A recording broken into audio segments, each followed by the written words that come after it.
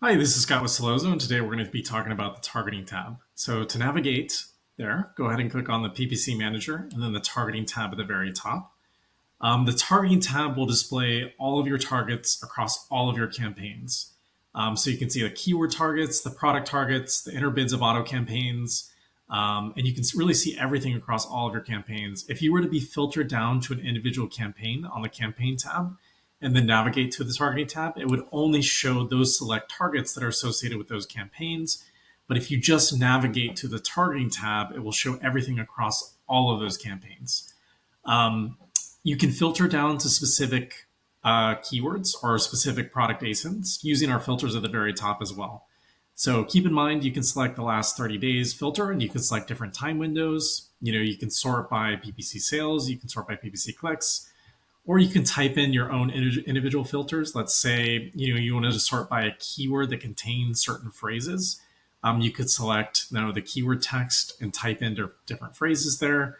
Or let's say we wanted to, select PPC conversions, everything that had a PPC conversions greater than maybe 3, right?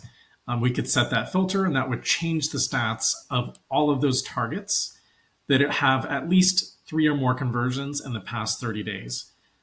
So you can say, we can really change a lot of different filters and we can filter down to the individual targets that we want to see. Let's go ahead and scroll down and we can see all of the different targets across all of the different campaigns. There's a lot of different stats that we can see within these columns, including the campaigns, the ad groups, the targeting expression, the targeting type, the match type, the target ACoS percentage. So that's the ACoS percentage that's set at the campaign level. We can see the sales, the profit, the ACoS percentage, the clicks, click-through rate, the PPC conversions, and the spend. So there's a lot of different things that we can see and different stats when we take a look at these. We can also filter down to an individual target. So in order to do that, we just go ahead and click on the target, and that will bring up all of the stats for that individual target. Now, keep in mind, there will be broad and phrase match targets. If we wanted to see the search terms that are associated with that individual target, we would just click on the search terms tab, and it would display all of the search terms that are associated with that target. So to remove that filter, since we're filtered down to one target, we would just click on the X, and that would bring up all of the different targets again and bring us back to our default targeting tab. So if you click on an individual target, another thing that you will notice is that each target has its own activity log. So all you need to do is click on the actions and then the view activity log. So this will go ahead and bring up all of the different stats and changes that the optimizer is making on that individual keyword. So keep in mind the optimizer will make adjustments at the keyword or the target level. So every single day, it will make adjustments towards that target ACoS percentage that you set at the campaign level. It just makes those adjustments individually at the keyword level every single day. Also, if you'll notice, there's a Sellozo logo next to some of those targets. That means that the software, either you added the keyword manually or target manually within the Sellozo software, or the software automatically added that keyword for you and put that within the campaign, which is another one of our features, is that it transfers keywords and automatically starts bidding stuff for you. So another great feature that this has is that you can go ahead and lock individual keywords or specific targets. So in order to do that, you would click on the green actions button and then you would click on edit keyword. And then from here, you can see that there is a lock bid button. So we'll go ahead and toggle that on. So what that does is that locks the individual keyword at that one. In this instance, it would lock it at the 174. So multiple reasons why you'd want to go ahead and lock keywords, and that's because you want to go ahead and rank for that individual keyword. You want it to drive sales velocity. You want it to increase traffic. So lots of different reasons we'd want to lock. So that would negate any bid adjustments that would happen with the optimizer. It would just lock it in that 174. So when we unlock it, the software will go ahead and make those adjustments on that keyword on a daily basis.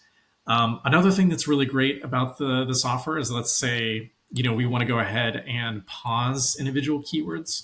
Let's say maybe they're keywords that are not good keywords. We would go to the PPC profit column. And this is something that I'll do a lot. We'll click on the PPC profits and then click on it again.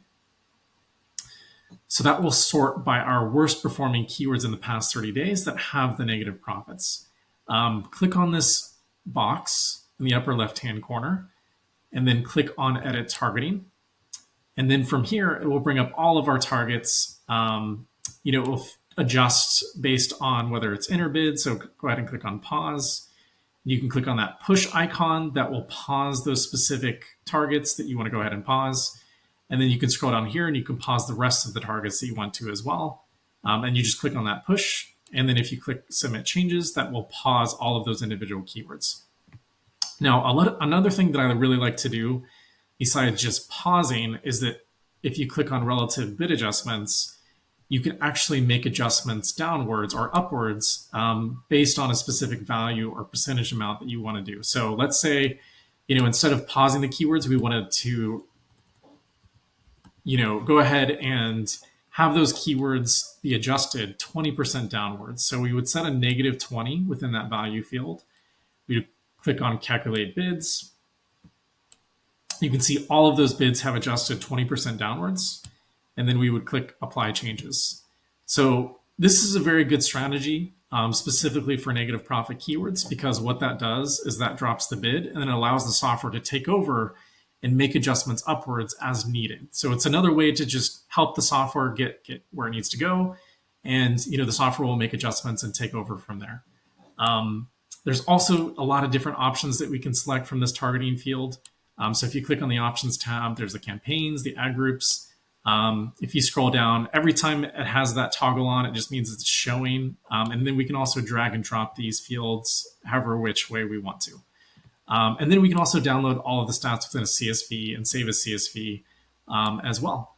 So yeah, that is it for the targeting tab. If you have any questions, please reach out to us in the support tab.